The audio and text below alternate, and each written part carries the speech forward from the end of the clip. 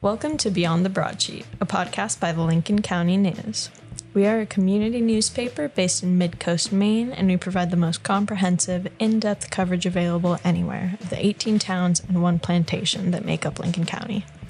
My name is Juell, and I'm a reporter here at LCN covering the towns of Whitefield, Newcastle, Edgecombe, and Damascotta. And my name is Molly Rains. I'm also a reporter here. I cover Waldoboro, Jefferson, Somerville, Monhegan, and the commissioners. Yes. Last week, Piper Pavlich and Molly Rains talked with Lincoln County Commissioner Evan Gudkowski about what it's like working at the highest level of local government. In our second segment this week, our editor, Maia Zewert, and reporter Molly Rains talk about wrapping up Molly's time at the Lincoln County News and getting ready for some new adventures. But first, here are some of the top stories from the Thursday, August 14th edition of the paper. Starting off with some somber news, Maine State Police investigate Waldoboro homicide by many members of our staff. Maine State Police have not released much information on a homicide case involving Laverne Kelly, a 53-year-old Waldoboro resident who was found deceased at her home on Saturday, August 9th. The Waldoboro Police received a 911 call around 8:25 a.m. that day, prompting Waldoboro officers and Lincoln County Sheriff deputies to enter Kelly's home for a well-being check. The Office of Chief Medical Examiner in Augusta performed an autopsy on Sunday, August 10th. The office ruled the manner of death a homicide, but did not release the cause of death. Maine State Police say there is no known danger to the public. In Jefferson, we had the education budget get rejected for the second time this year. Voters rejected the $10 million proposed budget on Tuesday, August 12th by a vote of 279 to 152. The proposal was $1,493,000 more than last year's budget, and district staff and school committee members have said in a series of meetings this year that increase is due to a growing proportion of special education students and difficulty retaining the staff needed to serve those students in-house. The overall increase is about 17% as proposed on Tuesday.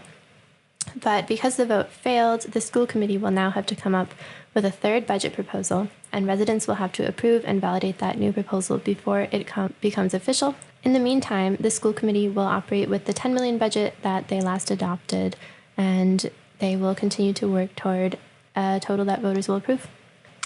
Sounds good. Third time may be the charm. Maybe. Or it might be higher, It's really hard to say. That's fair. In other school news, the Bristol School Board moved toward AOS withdrawal. Christina covered this.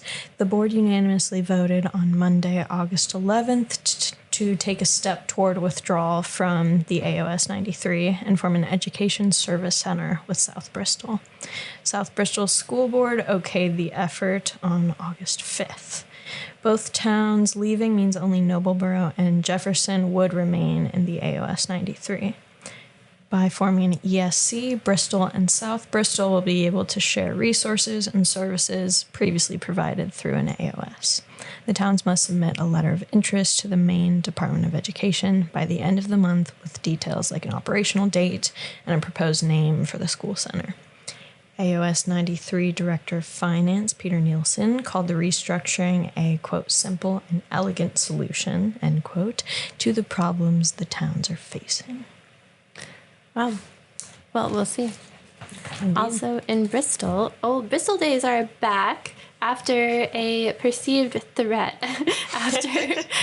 Jonathan Riley used to write about this when Bristol officials considered doing away with Old Bristol Days in its entirety, but Christina Wallace is now covering their championing of Old Bristol Days once again, because New Harbor resident Sabrina Beach organized the event after she found out it was supposed to be canceled. The festivities included a parade, live music, food trucks, and craft vendors at Pemaquid Beach Park. There were also the classic lobster boat races, which are very, very big deal down there, fireworks, and a car show. So it sounds to me, I know that it's changed over the years, but I'm personally glad to see that it didn't go away. Yeah. It was interesting to hear all the history behind it. Yeah. Oh yeah. Lots of emotional history. Oh yeah. I recently wrote about how 2 towns are working to determine the cause of shellfish harvesting closures. So Bremen and Waldoboro are trying to figure out what's behind high E. coli bacterial counts following shellfish harvesting closures on July 2nd. Broad Cove, Bug Tussle, and the Madomic River's Waldoboro Inlet are some of the affected regions. Bristol also had closures, but Town Clerk Jess Bourne said she hasn't received test results back. I know that both Bremen and Waldoboro are very focused on figuring out what the cause is. They're sending out their code enforcement officers to survey septic systems, try to see if they can figure out the cause. Interesting. So it could be like leakage from a septic system? Is that what they're thinking? Yes. I know that in Bremen, they suspect that it's animal waste. Oh, okay. Yes. So, and that includes humans. So yeah. they have some suspects of what might be contributing, but nothing concrete for certain yet. Interesting. Select board member Bo Marsh said, we're really trying to strategize what the next step is to forensically get to the bottom of this. So developing story, we'll see what happens. Yeah, that's really interesting. We deal with that a lot in the area where I'm from on the coast because wastewater treatment plants release stuff periodically and the beaches will close. But I've never given any thought to the impact on aquaculture, specifically in places like Waldoboro and Bremen where clamming's so big. So yeah, I know that they're both concerned for harvesters because it just, really limits the areas where they can harvest from. So. Yeah, totally. I'm really glad that you picked up on that. Thanks. In Wiscasset, there was some heroic actions by some employees at Irving because early on the morning of Tuesday, August 12th at about 2:30 a.m., a fire broke out behind a residence across the street from Irving at 625 Bath Road, according to Wiscasset Fire Chief Rob Bickford. But although the occupant, there was one woman inside the building, she was asleep. A delivery driver bringing fuel oil to the Irving and the clerk at the convenience store noticed the fire and helped her get out. So that's pretty cool. Yeah, very good that she was able to exit with their help. And Bickford said the home was consumed in flame eventually before enough firefighters were able to put it out. So it was a total loss. So it's very good that they had their wits about them.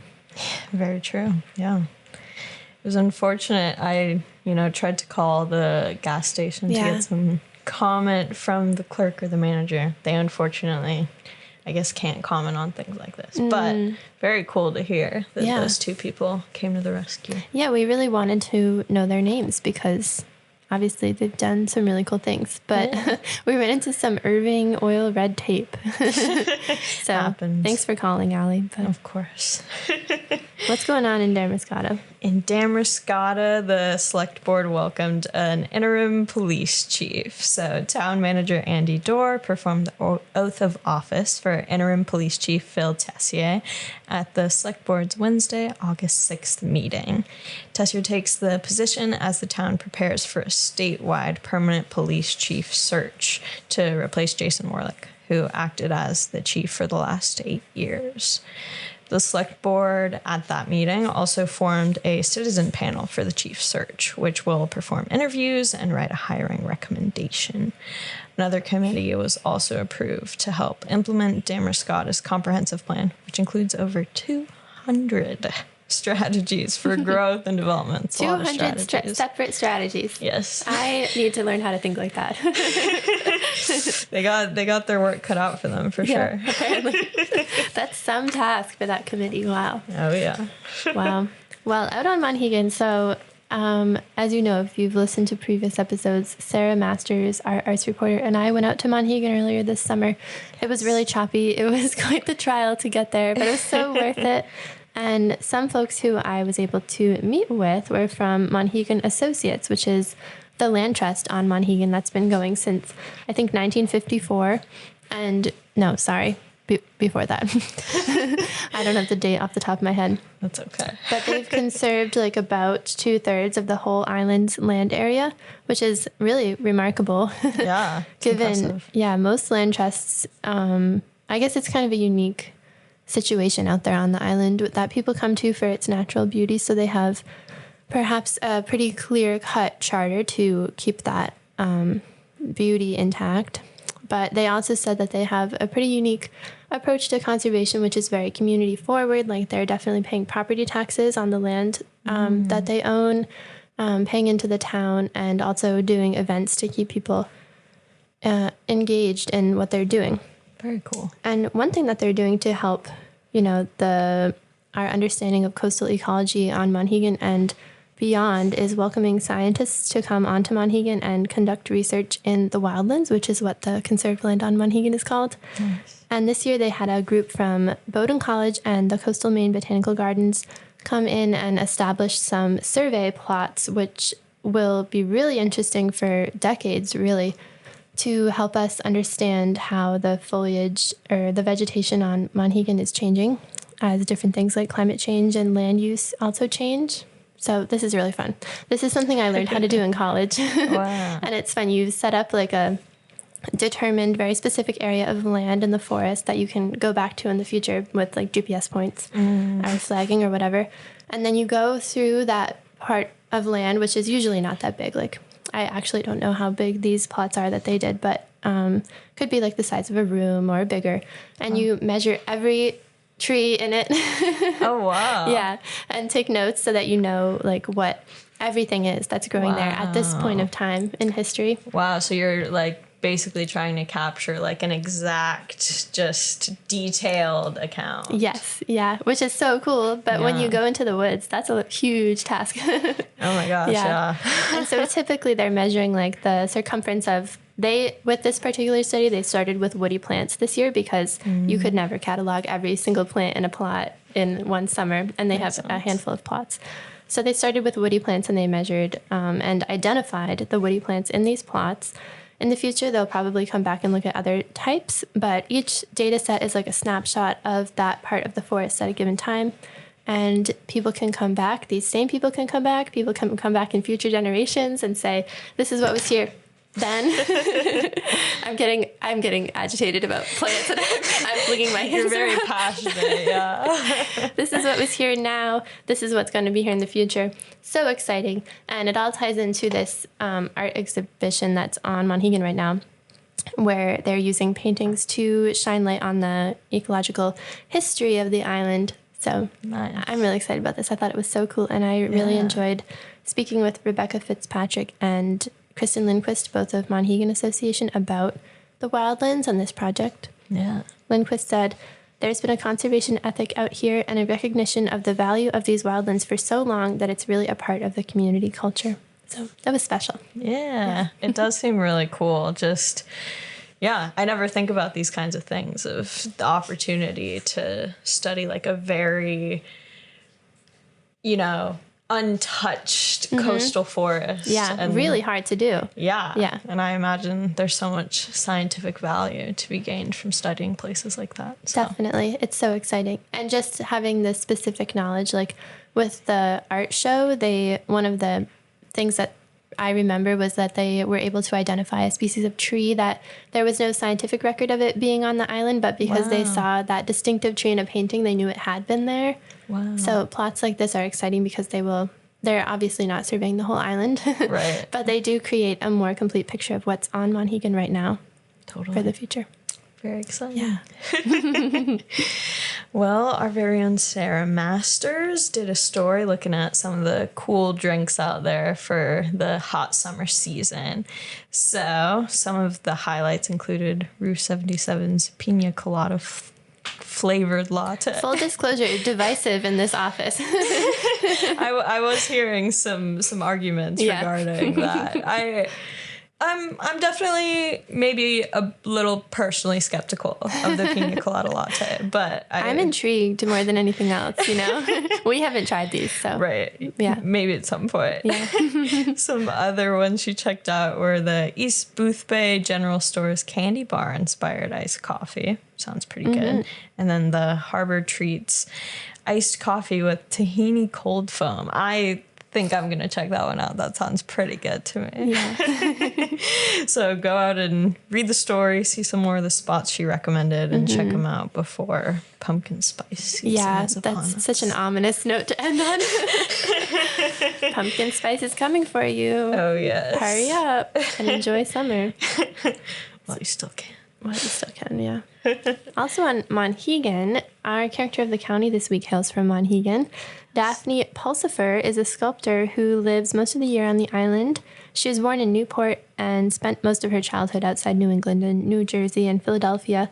But when she was in college, in one of her classes, she studied islands. It was in the course of an architecture degree, so I don't know what exactly they were looking at. But she, in the course of reading about different coastal islands, read about Monhegan and was like, I need to go there.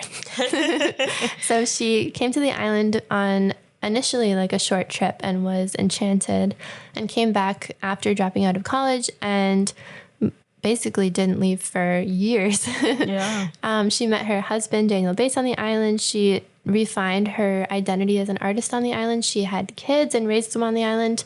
And she's just very much a part of the community and has also reflected the community in her sculptures and her work. So it was just a joy to have her welcome me into her studio. It was so much fun. Yeah. And all the while people were coming through and like looking at all her work and walking through her sculpture garden. So it was a really fun I had so much fun on Monhegan. Everybody was so nice. Yeah. I feel like y'all seem to gain so much from getting to go there. Yeah, definitely. I need to brave the waters and go out to Monhegan sometime. You do. It was really fun.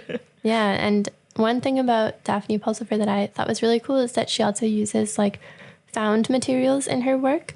She showed me the basement of her studio, which is where she has some of her supplies, and she has this like big pile of blue styrofoam cubes, which are dock floats usually, but they wash up on Monhegan because they come loose and are just like flotsam. And she has people bringing them to her because they know that she uses them sometimes for statues. So she used some of that foam to make like a flying dog statue that's like pretty life size. Wow. And then cast it in bronze. But the first step was with found materials, which is really cool. It was very sick. It was super interesting to see the pictures you took and be like, wow, it's going to turn into art. Yeah. But she was like, don't bring me any more foam for a minute. So don't get any ideas. It's too much. It's too much. All right. Well, yeah, that's our headlines for this week. Now we'll get into grilling Molly on her time at the Lincoln County News. Oh, boy. Stay tuned.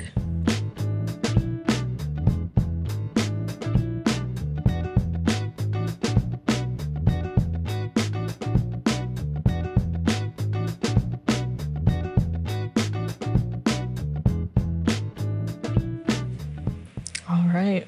We're here now with our editor, Maia. Hi. Hi, Maia. Hi, Molly. Hi, Allie. Hi. And we're here to talk through Molly's time at the Lincoln County News and her journey on to great adventures in New Hampshire. Very surreal because we've done this for Piper and Jonathan. I know. And at the time I was like, well, okay. Exactly. It's like, well, that'll eventually. No, but surely never. Yeah. But here I am.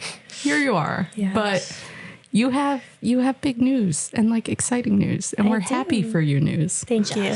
Yes. So my news is that I am starting on the Energy and Environment desk at the New Hampshire Bulletin. So I am moving to New Hampshire. And it's 3 hours away from here. I'll probably live in Concord. So I cannot continue reporting on what happens at select board meetings. A little too far of a drive. A little bit. Yes. Unless Somerville and Jefferson start streaming their meetings. Oh, there you go. That's true. Yeah. There's an argument for it. Yeah. Dang. When I said goodbye to the Waldeboro Select Board, Rebecca Stevens was like, well, you can always just watch us. Like, you don't have to miss us. And I was like, yep, good point. At some point, you're just going to tune in and be like, it's Tuesday night. I want to see what John and Abden are up to. Yeah. I do. There are a lot of continuing stories I want to keep up with for real. So I actually might do that. Well, I was going to say, what are some of the stories throughout your tenure that you're like, oh, it was cool to follow that thread or something? Well, when I started, the big story that everyone was like, oh, get a load of this, was the RSU 40 $80 million bond, which, to take us back 2 years at this point, because I started at the paper in October of 2023. Yep. So it's been 22 months. Crazy. At that time, they were preparing for a vote in November on an $80 million bond that would have had a lifetime value of something over 116 million or something like that. And it was because RSU 40's facilities were and are in really rough shape. Like at the time, the Union's elementary school roof was pouring water onto kids during the school day, and they were trying to catch it with like drums, basically. Yeah. Oh my gosh. You couldn't always flush the toilets at the high school. Seems like something you should want and be able to do. A quote from Scott White at the budget meeting. This is jumping forward a bit, but he said, quote, "I think our kids should be able to go to the bathroom," end quote. Whoa there, hot take. Yes. Yeah, so they were asking for $80 million to do a whole bunch of projects in one fell swoop, basically with one funding ask. Obviously, it would have taken a long time, but the taxpayer impact kind of got people up in arms. So it was a huge topic when I started. Yes. And the bond was voted down, which was the first November election season I covered. Yeah. The first post-election Tuesday. And the fallout from that was that the towns and the schools had to figure out how to remedy the problems that had led them to request that much money without the bond. So it's been really cool to watch that. And yesterday, which was Thursday, August 14th.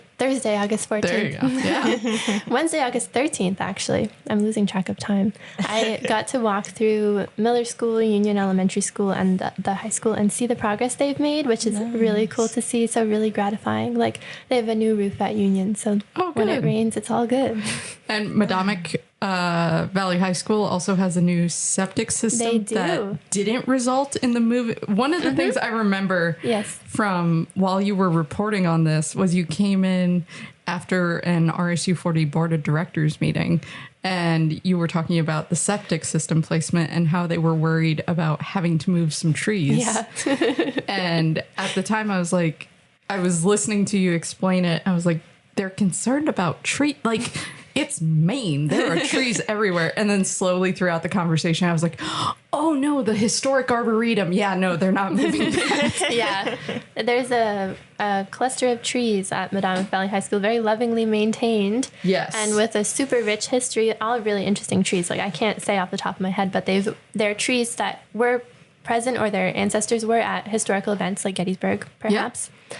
And they were talking about, because the high school lot is not so big, maybe the only place they thought at the time they could put the septic system was beneath them. So they were actually going to dig way down and move these historic trees, which is really stressful for trees. Like, they don't always survive. Yeah. So that was a big deal in Maia. I was like, no, that's a serious. No. This is news. Yeah. Because I was like, I don't know why they're talking about this. And you were like, well. Once I caught up, I was like, oh, no. Yeah. So that was big doings. But in the end, they didn't have to move them. They found a place between the football field and the baseball field, so it's all good. And on Wednesday, I watched them put the huge septic tanks in the ground. I learned a lot about waste treatment. Yes. Lovely. Yeah, so transferable for the new role. Maybe. Exactly. Yes. And closing the loop on something that has been really interesting. And I think I'll just jump off from that particular story to say that learning about public education has been the biggest unexpected. Obviously, I should have expected it, but I just went into this not totally taking public education for granted. I went to public school, not worrying about how it works and how much of a impact it has on the budget and our lives, So even if you don't have kids in school, you care about the education budget. Yeah. I didn't care before I came here. Right. So learning about public school and understanding it more has been the biggest thing that I think I didn't expect to get from this job that I will carry forward with me Yeah. Yeah. And you're ending on a high note. Well, like, high note is not the right term, but like you're ending at a time where we just saw like some movement with education budgets, especially in like Jefferson, which you covered, and Wiscasset just up the road. And so, yeah. Yeah. And it's fascinating to me, and it's going to continue to be, I would say, a big note, not a high note. Yeah, big note. Yeah. Like, yeah, that's proper term. Yeah. So that's one, I guess, genre of story that I've been interested in covering. The other, which is a continuing story, I think is like, or just a continuing topic that the paper will keep covering, is some more environmental and animal stories. I've gotten to do a lot of animal things here. Yes, you have. Which has been really fun. Like the folks at Darrowby Farm Sanctuary have been really nice to me, and I hope that we continue our relationship with them, because they do some really cool work there and are working with schools and things, and they have some really charismatic animals who I got to photograph. Yeah. And the story I got to do maybe about a year ago about the endangered breeds of livestock that people in Lincoln County are raising was really fun. I just coincidentally saw that story online. I was like looking up something else and that came up and I was like, oh, right. That was, Yeah. That's cool. So the animal stories are fun. And then I hope that we continue to cover like the environmental stories that are very ongoing in Lincoln County. Like one thing we'll see in the paper that's out a few days after this comes out whether I get to it, but I really hope to write about the capacity study that Waldeboro is undertaking. Yeah. I started working on that. I actually have no clue when. It was cold out, and I went out in the boat with Abden Simmons, who's a state rep and a Waldeboro Select Board member, and a consultant environmental scientist, and watched them take a lot of data and ask them about the project. And now I've been waiting for them to do stuff with that data and yield the study, which is theoretically, they hope, going to shine light on how clams and oysters interact in the Madomic River, which is a huge topic, way bigger than Waldeboro. Hot debate in Maine and New Hampshire, really, and Mass. So that'll be exciting. But we'll see if it's me or one of you guys that gets to write about that. Yes. Wow. Yeah.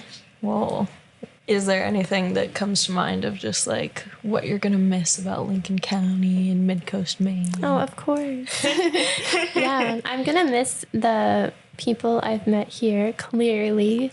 Yes. Like everybody who works at the Lincoln County News has been so kind and encouraging and helpful. And it's like kind of like an incubator because you learn a lot really fast and it's really intense. Yes. I guess the chickens aren't doing that in an incubator. I don't know why I said that. It's like a fire hose. Yeah. It's like you're in an incubator getting sprayed with a fire hose. But through that, you also, bond very closely with the people who are also in the incubator. Yes. To keep this metaphor going. And people at the Lincoln County News have been very accommodating to me, such as when 3 months into working here, I was like, hey, this is the 18-year-old dog I just adopted. She's going to come to work with me now. And we all said yes. Yes. And we love her very much. And I have only joked with Molly a handful of times that, the LCN staff needs to maintain visitation rights to hedgehog. Yeah. Which I'll grant. Yeah. We'll be around. Yes. So I'll miss the whole team, obviously. That kind of goes without saying. I'll definitely also miss the hospitality that this community has, which, like, as a reporter, we always say, Dylan brought this up in her editorial, that community is a cliche, and we try not to, like, rely on it too heavily when writing an editorial, for example, like that word. Yeah.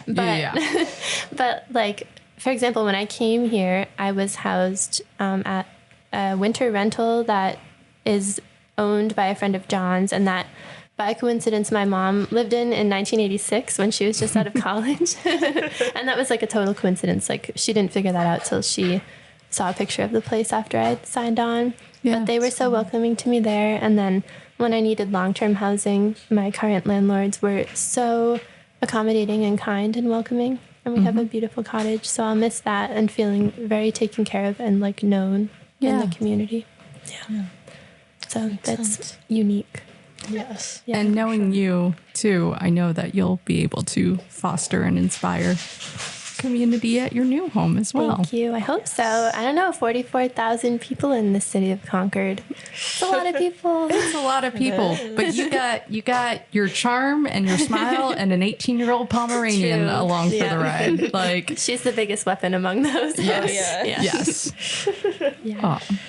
And I thought of something else that I really enjoyed covering that I want to mention, which is the commissioners. Oh, yeah. Which I've not been doing very long. No, like a couple months. Mm-hmm. Yeah. But it's been so interesting to think about that branch of government, which, as we discussed last week, most people don't think about. Yeah. Is my perception. I mean, not most. Yeah. Many. Many do not think about. Yeah. And to see the range of things they do. And it's also led to some interesting stories and realizations. And those are things that, Allie, you and Christina are going to have to follow, like the new co-responder who works with the sheriff's office, tracking how effective that person is and like helping people with behavioral needs, you know. That's exciting.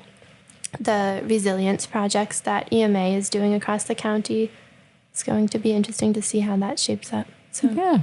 A lot to keep an eye on. Oh, yes. yes. Yeah. I was going to say, do you have any like wise words as you depart for your fellow reporters and or future reporters at LCN? Oh my gosh, I should have thought about this. Put you on the spot.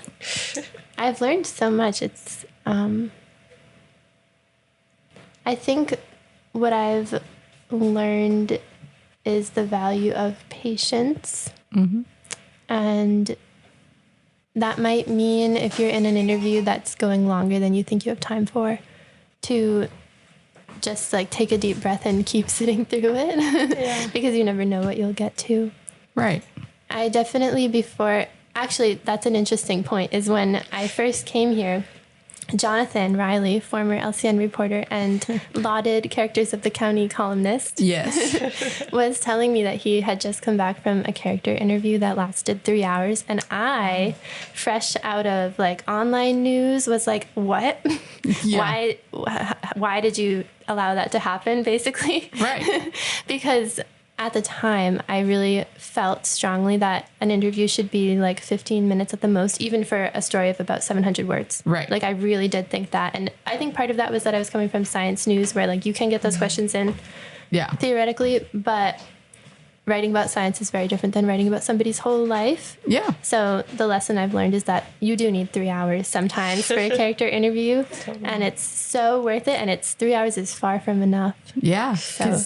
Didn't you just have one yesterday? Yeah. Yesterday I had the most fun talking to next week's character, who I'm not going to reveal. Yes. And you can read it in the August 21st edition. Yes. But I just had the best time. And if I had been like, sorry, I have to get out of here after an hour, like I wouldn't have heard a third of the stories that she had to tell. And I'm sure that she had many more. So that's my only advice. The other stuff that I want to say is not advice. It's just that, like, I appreciate having a career that allows me to see things and, like, pay attention to them, because that's the only thing I wanted to do when I was a kid, was, like, go and look around at stuff, you know?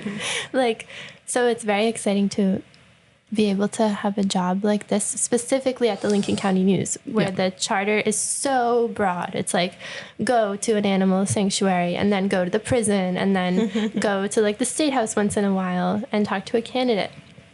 So you do get to look around at a lot of stuff. I feel so lucky. Yeah. And we were lucky too. Thank you. Thank you so much for all your guidance. You're welcome. You made it easy to provide guidance. Not always, but we won't talk about it. The good far outweighs anything else. It's not even bad. It's Thanks. Yeah. There were times when I was really tired. There was one time, last thing I'll say. There was one time, I don't remember when it was, that I slept on the floor of the reporter's room on a Tuesday night and didn't go home. Yes. Yeah. And I think when you told me that, I was like, Molly, no. So this is what I'm talking about. Maya sometimes has to get me in line.